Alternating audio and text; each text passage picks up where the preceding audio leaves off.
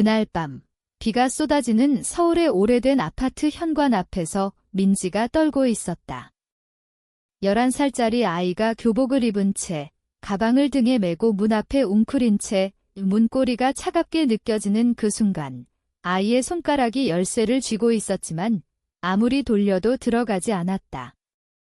엄마 이민지가 속으로 중얼거렸다. 그 목소리는 비바람에 섞여 희미하게 흩어졌다.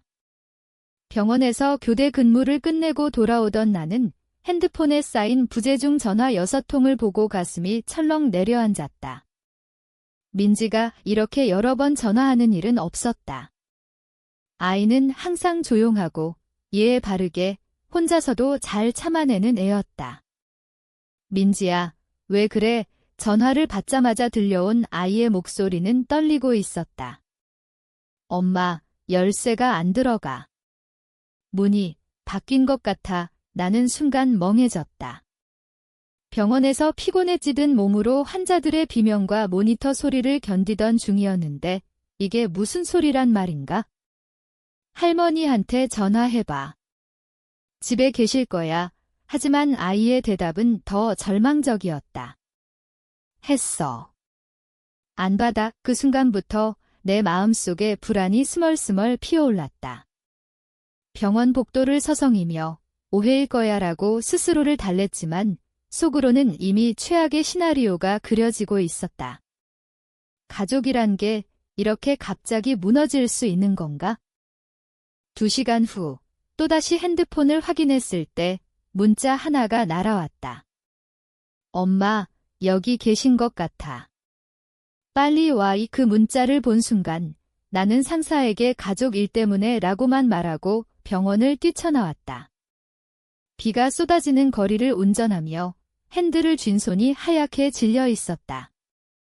어머니가 정말 그렇게 하셨을까? 머릿속에서 의문이 맴돌았지만 이미 분노가 끓어오르고 있었다.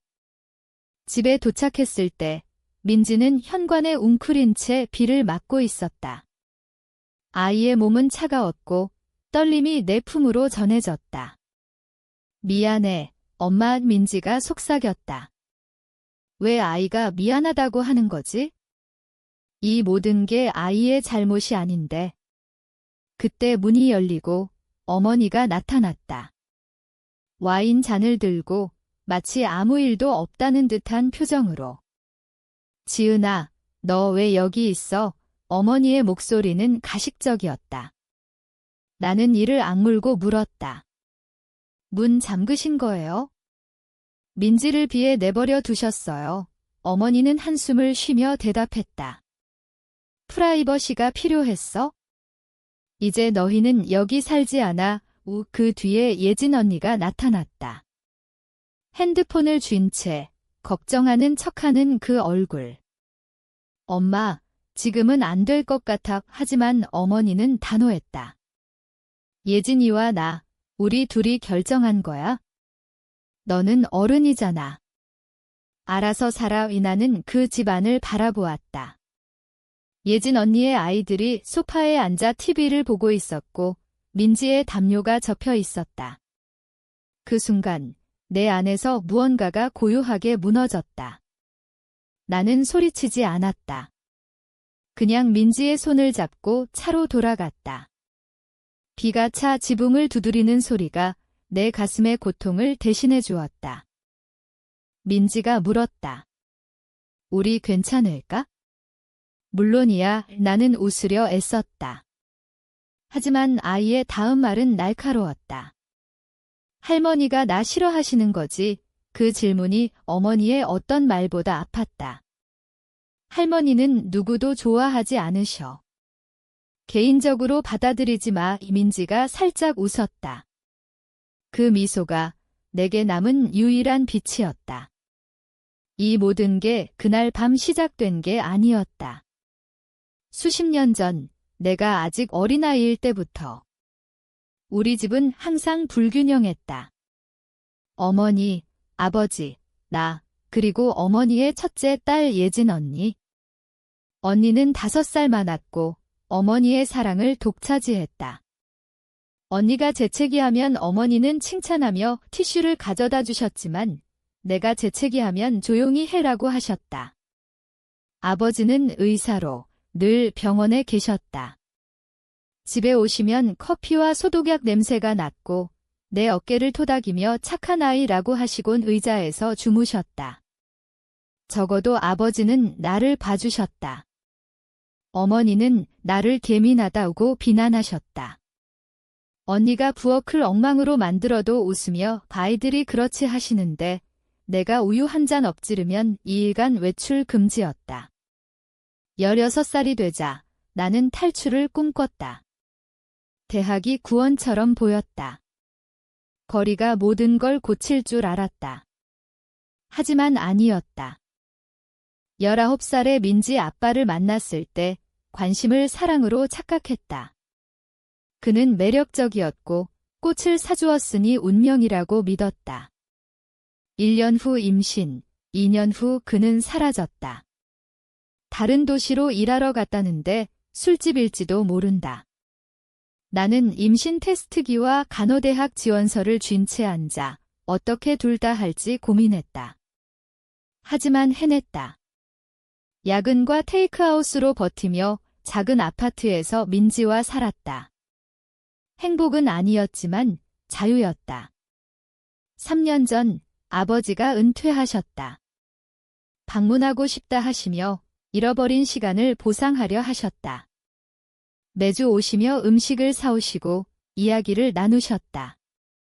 민지가 아버지를 사랑했고 아버지도 마찬가지였다. 그 둘은 사람을 관찰하는 방식이 같았다. 어머니는 그게 싫으셨다. 매 방문이 나의 존재를 상기시키니까? 그러다 아버지가 아프셨다. 이름 짓기 싫은 그 병이 왔다. 어머니가 전화로 도와줘. 너 간호사잖아 하셨다. 그래서 민지와 내가 들어갔다. 임시라고 생각했다. 그 2년간 집은 처음으로 집처럼 느껴졌다. 아버지는 감사해 하셨고 나는 병원처럼 관리했다. 어머니는 와인과 부정을 들고 떠다니셨다. 3주 전 아버지가 돌아가셨다. 장례꽃이 시들기도 전에 어머니는 집을 바꾸기 시작했다. 슬픔이 사람을 이상하게 만든다. 어머니는 장식으로 풀었다. 장례 3일 후 아버지 방을 노랗게 칠하고 커튼을 바꾸셨다. 예진이 아이들 방으로 좋겠어 일주일 만에 쇼룸처럼 변했다. 새 침대, 장난감, 사진들. 아버지 사진은 하나도 없었다. 나는 검은 옷차림으로 문 앞에 서서 어머니가 행복해 보이는 걸 봤다. 예진 언니 가족이 매주 왔다. 그들은 열쇠를 가졌고 웃음소리가 집을 채웠다. 민지와 나는 점점 손님처럼 느껴졌다. 어느 밤 부엌에서 어머니가 예진 언니에게 속삭이는 소리를 들었다. 집세가 비싸잖아. 너희가 여기 살면 좋겠어. 지은이는 아버지 때문에 왔으니 곧 나갈 거야. 그 말을 듣고 차가운 쇳덩이가 목에 걸린 기분이었다. 장례 한 달도 안 됐는데 나는 지워지고 있었다. 대면했을 때 어머니는 웃으며 드라마틱하게 구네. 아버지 도우러 왔잖아. 이제 가, 라고 하셨다. 며칠 후 변호사 김 변호사가 전화했다. 서류 때문이라고. 사무실에 가서 폴더를 받았다.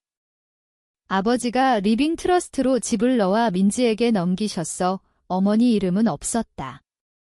그 사실이 등록되기까지 3주. 나는 말하지 않았다. 슬픔을 주고 싶지 않아서.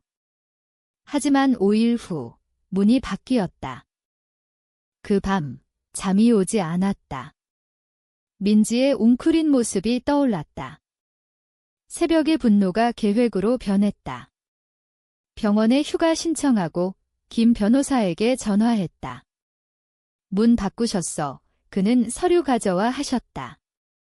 사무실에서 그는 간단해. 너가 수탁자야? 어머니는 권리 없어 지라고 했다.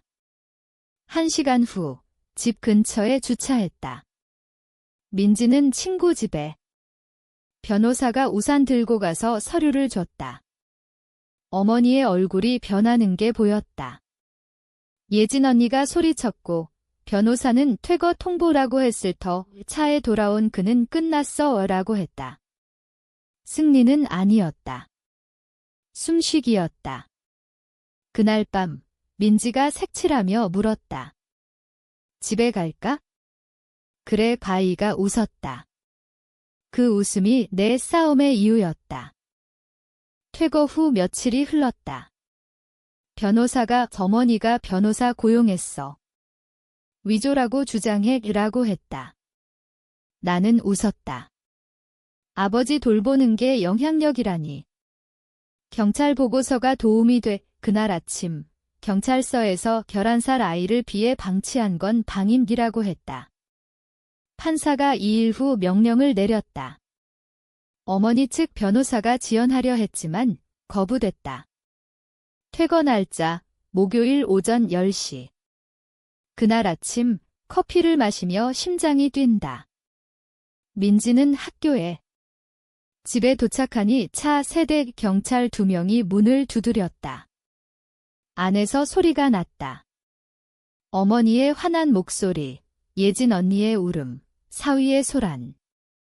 문이 열리고 어머니가 날 가리키며 전현이 위조했어 라고 했다. 경찰은 법원 명령시라고 읽었다. 15분 내 필수품 챙겨 나가라.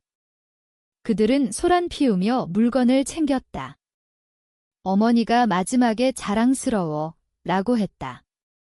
나는 피곤했다. 문이 닫히고 경찰이 열쇠를 줬다. 이제 내 거야. 이 비가 내리는 거리에서 집을 봤다. 안으로 들어가 창문을 열었다. 공기가 달라졌다. 6개월 후 우리는 연락하지 않는다. 차단했다. 소문으로 듣는다. 어머니가 예진 언니 집에 들어갔지만 1달 만에 싸움. 어머니가 집을 재배치하니 사위가 화내고 문 잠그고 경찰 불렀다. 사위가 나갔다. 이제 어머니와 예진 언니가 같이 산다. 페이스북에서 싸움 보인다. 어머니가 언니 가구를 팔려 하니. 완벽한 대칭. 우리는 괜찮다. 민지와 정원 가꾸기. 집은 조용하다. 새 문 없고 폭풍 없다. 밤에 민지가 자는 걸 보면 그 비의 밤이 떠오른다. 내가 작아지려 애썼던 세월. 이제 알았다. 가족은 피가 아니다. 누가 머무르고 누가 아이를 비에 버리지 않는가. 민지와 나는 더 나은 걸 짓는다. 작아지지 않아도 되는 세상을.